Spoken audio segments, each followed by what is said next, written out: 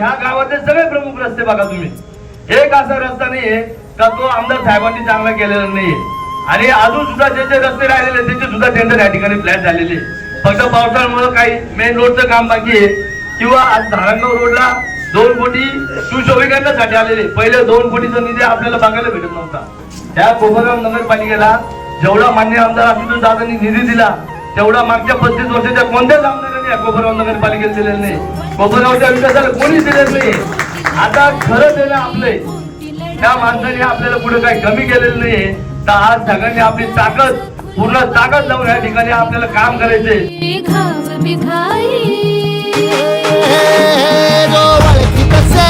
म्हणजे मोठी लढाई आणि हत्याराचं फुलावानी घाव बिखाई. गळ्यामध्ये पडल त्याच्या माळी जयाची, गळ्यामध्ये पडल त्याच्या माळी जयाची.